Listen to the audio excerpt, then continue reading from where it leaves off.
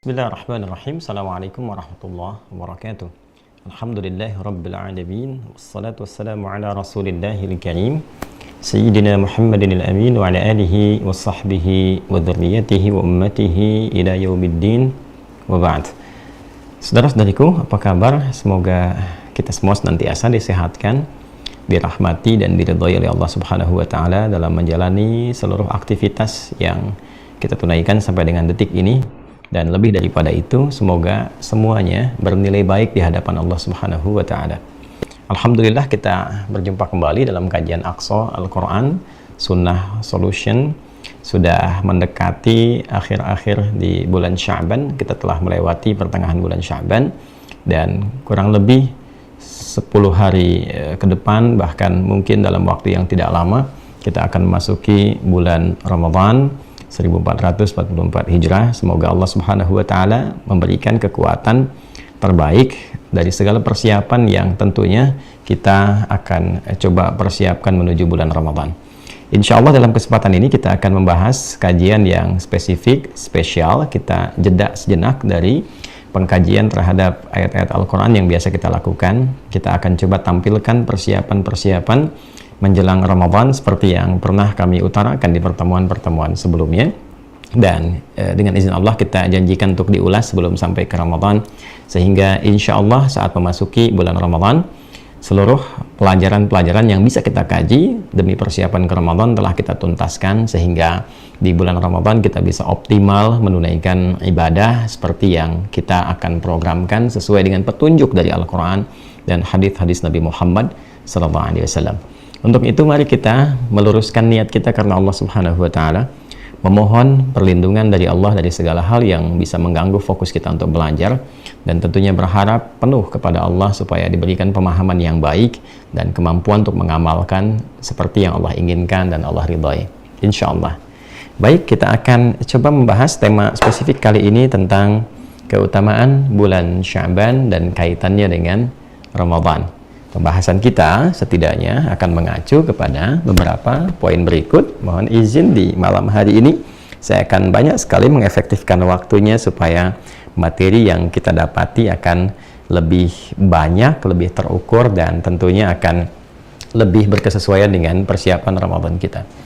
Yang pertama, terkait dengan Sya'ban ini, kita akan bahas dari segi pengertiannya dulu, teman-teman sekalian. Apa yang dimaksud dengan Sya'ban, kan? Lalu yang kedua terkait dengan aktivitas Nabi Sallallahu Alaihi Wasallam, aktivitas ya Rasulullah Sallallahu Alaihi Wasallam di bulan Sya'ban, ya kan? Lalu setelah itu kita akan sambungkan dengan korelasi Sya'ban dengan Ramadan, ya. Sya'ban dengan Ramadan, sehingga insya Allah apa yang kita lalui di hari-hari bulan Sya'ban ini menuju Ramadan dalam waktu yang tidak lama, bukan hanya kita jalani dengan program, tapi berkesesuaian dengan sunnah atau jalan hidup Rasulullah Sallallahu Alaihi Wasallam. Bismillahirrahmanirrahim. Kita langsung saja teman-teman sekalian, Sya'ban. Jadi kalau kita tuliskan seperti ini, ya. Sya'ban, sin besar, ain, ba, nun. Gini ya. Ini adalah bulan ke-8 dalam urutan bulan-bulan yang ditetapkan di tahun Hijriyah, mengacu pada tahun Hijriyah. Ini posisinya yang ke-8 teman-teman sekalian. Kalau kita turunkan dulu dari bulan pertama, namanya Al-Muharram, pakai alif lam ya, Al-Muharram. Demikian. Saya pernah terangkan dengan cukup detail perbedaan antara Muharram, Haram, kemudian Al-Muharram. Secara singkat, kalau Muharram itu dasarnya segala yang diharamkan, tidak diperkenankan, kan? Kemudian kalau haram itu hukumnya, mabuk itu Muharram, bertengkar itu Muharram, berperang, berselisih, tidak ada hal yang tidak dibenarkan itu Muharram, hukumnya haram. Korupsi, mencuri dan seterusnya, zina haram hukumnya, perbuatannya muharram. Nah, orang-orang di era bahkan sebelum Nabi SAW diutus sudah mengenal bulan ini, namanya Al-Muharram. Bila kita tambahkan waktu di depannya dengan alif lam, ya tambahan huruf maksudnya, alif dengan lam, diantaranya menunjuk pada momentum, keadaan yang pada saat itu diharapkan meninggalkan segala hal yang terlarang. Kenapa bulan pertama disebut dengan Al-Muharram? Memberikan kesan kepada kita bahwa penduduk pada masa itu bersepakat untuk meninggalkan segala hal-hal yang tidak baik, segala hal-hal yang bisa melahirkan sensitivitas yang negatif. Ya, secara spesifik mereka bersepakat untuk nggak perang dulu, nggak saling memprovokasi dan sebagainya. Jadi dikenal dengan bulan-bulan hurum nanti, ya. Jadi 3 berurutan kata Nabi. Yang pertama Al-Muharram. Ini sejak dari masa jahiliyah kesepakatan ini sudah dibangun. Jadi konsensusnya berlaku bahkan sebelum terlahirnya Nabi Sallallahu Alaihi Wasallam. Ini bulan pertama dikenal dengan apa? Al-Muharram. Jadi saya ingin tegaskan kepada teman-teman semua bahwa penamaan bulan-bulan yang tersusun sekarang di tahun Hijriyah itu sebelum diutusnya Nabi Muhammad Sallallahu Alaihi Wasallam sudah ada. Ya, dan nanti maknanya penamaan bulan itu sesuai dengan peristiwa-peristiwa yang terjadi. Jadi di jahiliyah itu apa peristiwanya, itu disebutkan nama waktunya, termasuk nanti ke tahun. Ya, Nabi kenapa tahun lahirnya disebut dengan tahun gajah? Karena ada peristiwa yang menyertai pada masa itu, datangnya Abraha dengan pasukannya, dengan mengendarai gajah berniat menghancurkan Ka'bah, yang kemudian mereka secara viral kisahnya binasa seluruhnya, seperti yang kita ketahui. Ya. Jadi ini pertama dikenal dengan Al-Muharram. Nanti kita akan masuk ketika ada keterkaitan dengan masa Islam, saya akan terangkan. Yang kedua dikenal dengan Safar. Ya. Safar itu ada yang mengatakan dari kata sifar artinya kosong, ada yang juga mengatakan seakar dengan safra atau asfar, yaitu menguning, sesuatu yang kuning atau menguning. Karena di bulan ini mulai beraktivitas pada umumnya. Konfigurasi masyarakat jahiliyah pada masa itu menyebar keluar dari area-area Mekah atau Hijaz dan sekitarannya. Mereka berniaga. Ada yang ke Yaman, ada yang ke Syam, ya. Syam itu sekarang 4 negara, Yordania, Libanon, Palestina, Syria. Nah, mereka menyebar semuanya, berniaga. Nanti diabadikan kebiasaan itu di surah Al-Quraisy, ya li'ilafi Quraisyin ilafihim rihlatash syita iwas saif. Jadi baik itu di musim dingin, musim panas, mereka sudah punya jadwal untuk keluar. Nah, karena kebanyakan mereka itu keluar beraktivitas, maka daerah yang mereka tinggali itu menjadi sepi, kosong, seakan-akan seperti nggak ada orang. Makanya bulan pada saat mereka pergi itu disebut dengan Safar, untuk melukiskan itu. Untuk apa mereka pergi berniaga, mencari emas, emas-emas yang menguning. Karena itu ada yang menyebutkan Safar itu dari sifar, kosong, ada yang mengatakan seakar dengan asfar, ya, untuk mencari sesuatu yang menguning. Ini peristiwanya. Jadi ini saya terangkan dulu di awal-awal penamaan. Kemudian selanjutnya ada Rabiul Awal. Ya, Rabiul Awal.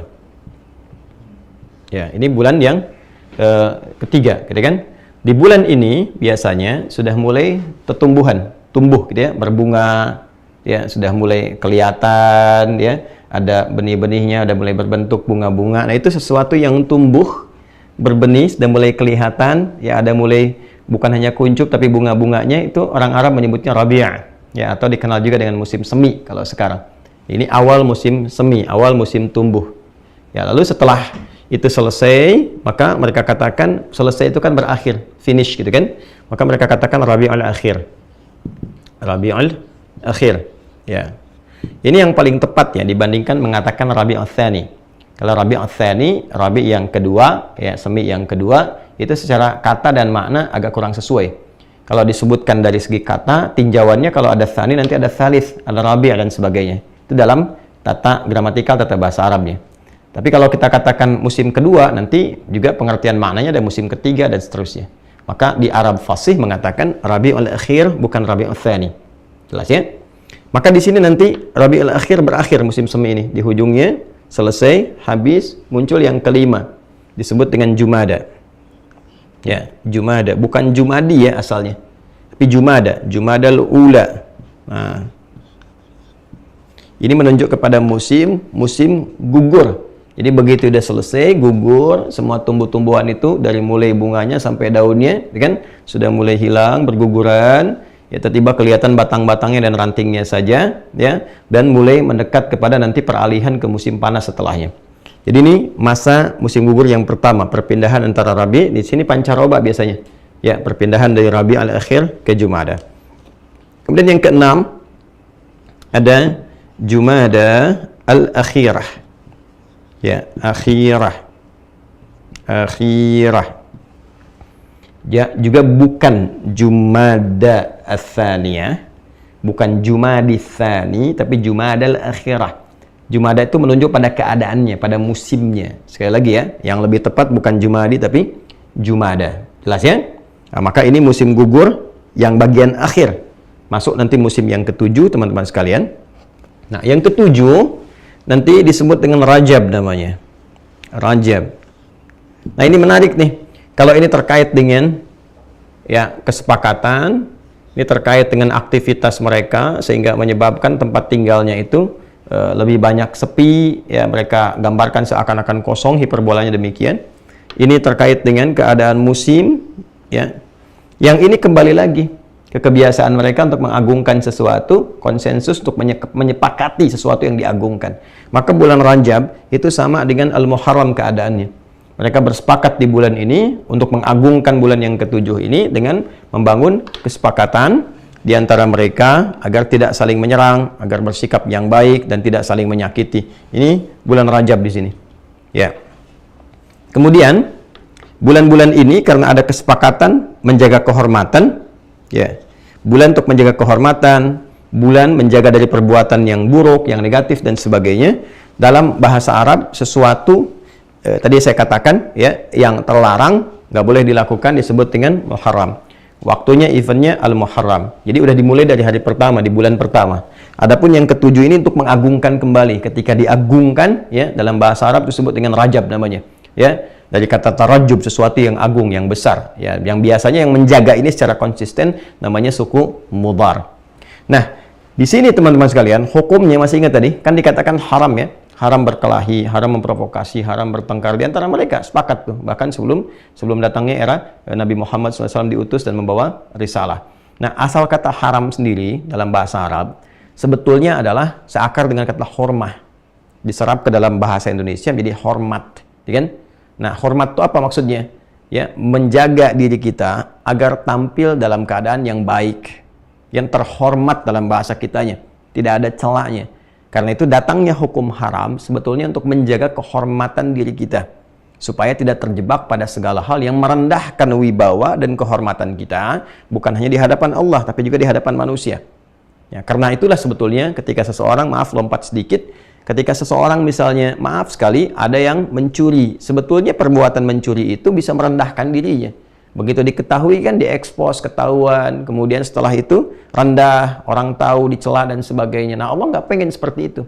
Allah ingin menjaga diri kita sehingga tampil terhormat, tampil baik. Makanya muncul hukum haram. Nah, haram itu sudah ada di masa-masa bahkan sebelum eranya Islam pada hal yang disepakati dalam konteks masyarakat, tapi terbatas sifatnya. Ya, seperti di bulan Al-Muharram, Rajab yang diagungkan. Nah, begitu masuk ke bulan ke-8, ini dia nih. Jadi, kalau kita mau hitung 1, 2, 3, 4, 5, 6, 7. Nah, bulan ke-8 ini disebut dengan Sya'ban. Sudah mulai terasa panas. Ya, mulai terasa panas. Bahkan nanti puncaknya di bulan ke-9. Saya lompat sedikit dulu ya untuk memberikan pemahaman lebih utuh nanti. Ini mulai terjadi peralihan. Dari sini kan musim gugur nih. Ini pendahuluan panas nih. Ini mulai terasa nih panasnya. Sampai nanti puncaknya akan terasa di bulan 9. Kita bicara sebelum era Islam ya. Baik. Di bulan 9 ini, nanti ada akumulasi puncak panas yang sangat luar biasa, yang sifatnya sangat terik membakar. Jadi kalau nyimpan sesuatu itu, kayaknya saking panasnya bisa hangus gitu. Ya. Jadi kalau teman-teman bawa kerupuk, kalau di kita kan dia mengecil kan. Nah kalau di Timur Tengah itu bisa terbakar gitu. Hangus gitu ya. Jadi saking teriknya, saking panasnya. Itu sesuatu yang membakar, itu disebut dengan yang terik membakar, disebut dengan Ramadha namanya. Atau Ramdha, ya, dari kerikil yang panas terbakar. Ya, Ramadha atau Ramdha. Jadi kalau orang Arab itu berjalan, beraktivitas, terus dia menapak di gurun-gurun pasir, atau misalnya di bukit-bukit yang ada kerikilnya dan merasa panas, nah itu mereka mengatakan Ramadha atau Ramdha. Kalau itu bertambah panasnya dan saking panasnya seperti seakan membakar, maka rubah menjadi bentuk superlatif. Ujungnya ditambah dengan alif dan nun. Dari Ramadhan tambahkan alif dan nun plus alif dan nun. Jadi Ramadhan, ini asalnya. Ya, ini secara kata asalnya demikian, Ramadhan. Nah, jadi penamaan Ramadhan ini sudah ada sebelum era Islam, ya, dalam konteks yang dibawa risalahnya oleh Nabi Muhammad SAW. Jadi sebelum Nabi diutus, sebelum Nabi lahir bahkan sudah ada nama Ramadhan, tapi spesifik hanya menunjuk kepada cuaca yang terik membakar saja. Saking membakarnya, saking panasnya, maka dinamakan dengan Ramadhan. Panas membakar, panas terik. Ya, terik membakar. Baik. Nah, kalau sudah muncul musim panas yang terik membakar ini, maka potensi-potensi untuk menemukan sumber air menjadi terbatas. Ya, karena oase pun beberapa bagian bisa kering. Saking panasnya kan terserap, teman-teman. Ya kan, kita sudah pahami betul kan di pelajaran-pelajaran, bahkan di fisika yang kita ketahui kan, serapan-serapan itu dari yang ada kalau semakin panas gitu kan, maka air-air yang mengumpul itu bisa terserap menjadi awan dan mungkin juga turun hujan dan sebagainya atas kuasa Allah Subhanahu wa taala. Secara singkat, ini bisa kering beberapa sumber. Karena itulah masyarakat memutuskan sebelum tibanya musim panas terik yang membakar ini dan sulit menemukan sumber-sumber air, maka setiap suku-suku dikenal dengan kabilah-kabilah. Ya kan? Kabilah itu dari bahasa Arab, dari kata qabilah. Ya, qabilah jamaknya qabail. Kata qabilah begini. Qabilatun. Ya, qabilah. Jamaknya qabail. Contohnya Quran surah 49 ayat 13. Ya ayyuhan nasu inna khalaqnakum min dzakarin wa untha wa ja'alnakum syu'uban wa qabail. Ya. Nah, jadi di kabilah-kabilah suku itu sepakat di kalangan masyarakat bahwa mereka mesti menyebar, dikasih gugus tugas lah, task force, ya, kasih gugus tugas, ini kamu ke daerah A, ini kamu ke daerah B, berpencar masyarakat itu untuk mencari sumber-sumber air agar bisa dikumpulkan di awal sebagai persiapan untuk hadirnya bulan Ramadan, situasi yang panas, terik, membakar. Maka menyebarnya masyarakat dari kabilah-kabilah ini, masyarakat dalam bahasa Arab disebut dengan sya'bun. Ya, sya'bun. Sya'b. Jamaknya nanti syu'ab. Ya, atau nanti syu'ub. Seperti di Quran surah 49 ayat 13, syu'uba wa qabail. Ya. Ini ya. Jelas? Kalau mereka tersebar untuk mencari sesuatu, maka orang Arab mengatakan tasya'ab, ya tasya'ub, ya tasya'aba, ya tasya'abu, tasya'uban, nyebar semuanya, ya. Nah, penyebaran ini kalau disifati secara masif, berbentuk superlatif, banyak yang menyebar, semangat untuk mencari, maka berubah kalimatnya menjadi sya'ban. Seperti Ramadhan jadi Ramadhan, sya'ab jadi sya'ban, ya kan? Jadi bulan ke-8, kenapa disebut dengan Sya'ban? Pada mulanya, di bulan ini, masyarakat di era-era jahiliyah mempersiapkan diri untuk mencari bekal-bekal spesifik dalam bentuk air, sumur-sumur, oase-oase yang mereka kumpulkan untuk disimpan menjelang persiapan bulan ke-9. Itu asalnya. Jadi begitu masuk bulan ke-9, mereka sudah punya persediaan air. Jadi kalaupun nggak keluar, kan? Tapi sudah ada yang cukup setidaknya selama sebulan ke depan. Nah, karena ini panas terik membakar, ya maka aktivitas pun agak sepi, agak tipis. Rata-rata mereka beristirahat dan sebagainya. Ya, situasinya juga menyesuaikan yang bisa dikerjakan saja. Sampai nanti muncul bulan yang ke-10, disebut dengan Syawal. Ini sudah mulai, teriknya itu sudah mulai menipis, terasa teduh kembali. Bulan ke-10 disebut dengan Syawal. Ya. Kenapa disebut dengan Syawal bulan ke-10 ini? Karena di bulan ke-10 ini sudah mulai berdatangan penduduk-penduduk dari luar Arab, sekitaran Hijaz, dari luarnya mulai datang. dari Yaman, dari Syria, dari macam-macam tuh ya, ke Syam, ya, Yordania, Libanon sekarang tuh datang dari Syam, dari Yaman, datang ke titik pusat di Mekah, di area Ka'bah. Untuk apa?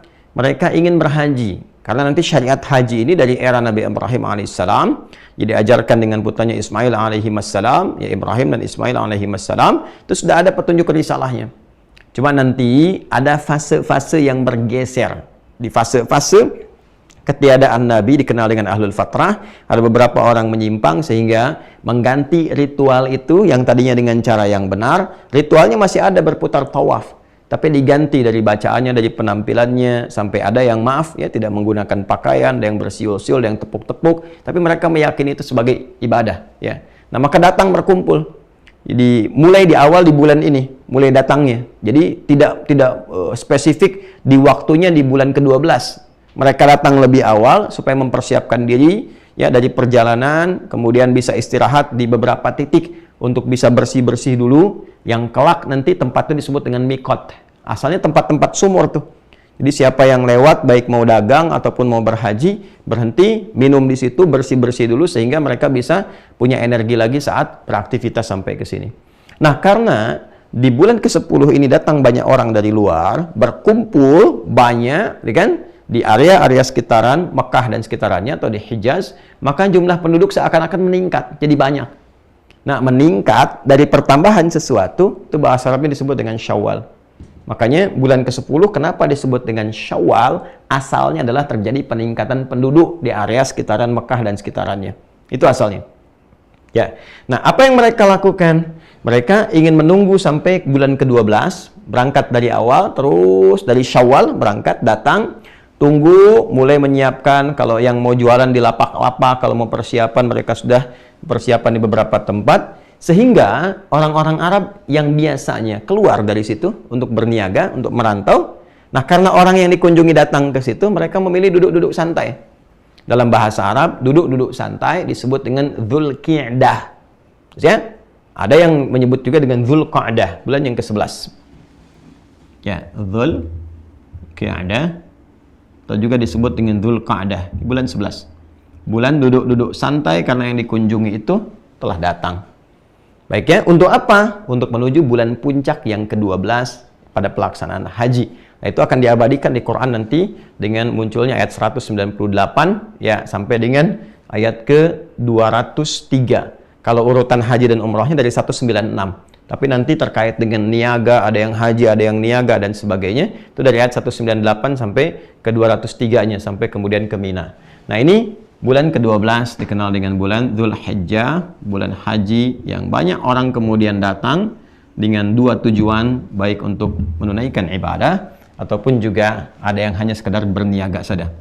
Ya, laisa 'alaikum junahun an tabtaghu fadlan min rabbikum. Ya, kalau cuma datang mau jualan juga nggak ada dosanya, tapi nggak ada pahalanya juga. Jadi nanti orang datang ke musim haji itu ya pada akhirnya ada dua tujuan, ada yang betul untuk ibadah, ada yang berniaga. Nah, ini teman-teman, pada asalnya demikian. Ya. Nah, secara singkat saja, sekarang karena kita sedang ingin menerangkan tentang Sya'bannya, jadi di bulan ke-8 di era sebelum Nabi SAW diutus, bulan ini dijadikan sebagai momentum oleh masyarakat untuk mencari air, ya, menyebar untuk menemukan sumber-sumber air sehingga dapat dikumpulkan menuju persiapan bulan Ramadan. Setelah tiba era Islam, ada sesuatu yang menarik. Ya, hal yang pertama, sebelum sampai ke Sya'ban, nama-nama ini semua dipertahankan. Baik kan? Nama-nama ini semua dipertahankan, tidak dirubah. Jadi tidak semua yang ada di tradisi jahiliyah misalnya itu seketika dirubah, tidak. Nanti ada 3 pendekatan. Ya. Pendekatan yang pertama, kalau bertentangan dengan syariat, sama sekali bertentangan, itu nanti dihilangkan, diganti dengan yang lebih baik, ya kan? Banyak sekali yang hal-hal yang terkait demikian. Contohnya, ya yang paling ekstrim dari aspek akidah, misalnya penyembahan, kan? Dari terhadap patung misalnya dan sebagainya, yang ini bertentangan dengan syariat dalam bab tauhid tentunya. Nah, ini kemudian diganti secara total, ya kan? Diluruskan kepada konsep yang benar dan itu pun dijelaskan rinci sekali. Kenapa Tuhannya Allah, kenapa begini, kenapa begitu, dan sebagainya. Yang kedua nanti, ada yang kemudian diterima, tapi caranya dibenarkan. Ya, misal dalam hal kelahiran, mereka seringkali nanti memotong satu binatang tertentu, nanti darahnya dioles-olesin ke bayi yang baru dilahirkan. Dengan harapan dengan mengoleskan itu ada capaian-capaian atau harapan-harapan tertentu. Oleh Islam diganti nanti dengan hadirnya akikah. Ya, jadi ada akulturasi budayanya diserap, tapi diganti dengan akikah, diluruskan maknanya. Dan yang ketiga, ada yang kemudian diterima secara total, ya, dan total ini maknanya dipertahankan atau disambungkan dengan nilai-nilai dalam syariat. Yang seperti diterima total, kayak abu-abu gitu kan, itu untuk menghormati orang tua yang baru punya anak pertama. Sehingga Rasulullah pun SAW dikenal dengan Abul Qasim. Itu menunjuk kepada anak pertama yang terlahir untuk menghormati statusnya yang berubah menjadi ayah dan istrinya berubah menjadi ibu. Itu untuk penghormatan. Ya. Nah, kemudian seperti yang ini, diterima, tapi ada kesesuaian makna yang sebelumnya hanya hampa terkait dengan peristiwa dan gambaran-gambaran cuaca saja. Sekarang ada korelasi yang terkait dengan nilai-nilai dalam perjalanan syariat. Ya, contoh, kita ingin gambarkan ke sini misalnya. Satu aja. Kenapa bulan pertama disebut dengan Al-Muharram? Yang tadinya menunjuk pada konsensus untuk tidak bertindak yang buruk, semua menjaga kesepakatan dalam kebaikan, itu dipertahankan. Bahkan sama disebut dengan bulan Hurum. Maka disebut tahunnya tahun Hijriyah. Hijrah, ya-nya menunjuk kepada nisbah, taknya ke sifat. Jadi kalau orang ingin berhijrah, ikut berhijrah, punya sifat orang hijrah, hal yang pertama harus ia lakukan adalah meninggalkan segala yang diharamkan oleh Allah Subhanahu wa taala. Berlatih meninggalkan yang diharamkan dari ujung kepala sampai ujung kaki. Kalau dia bisa melakukan itu, maka nanti sifar, ya, dia akan terbebas dari dosa, nol. Ya, maksiatnya nol, dosanya nol, sehingga ada potensi-potensi untuk banyak berbuat baik. Ini di antara contoh-contohnya. Ini saya berikan dua untuk mempercepat mengantarkan ke Sya'ban. Sekarang, jadi pada masa era Islam dipertahankan semuanya termasuk Sya'ban. Apa kaitan Sya'ban yang dulunya hanya sekedar mencari air saja dengan konteks keadaan atau pemaknaan di era Islam yang khususnya nanti terkait dengan aktivitas Rasulullah SAW dan korelasinya dengan Ramadan. Kita akan bahas itu setelah menunaikan sholat Isya berjamaah. Mohon izin jeda sejenak. Waktu Indonesia bagian Barat telah memasuki Isya, ya, sudah masuk waktunya, akan berkumandang adzan. Kita jeda, setelah Isya kita sambungkan kembali insya Allah. Assalamualaikum warahmatullahi wabarakatuh.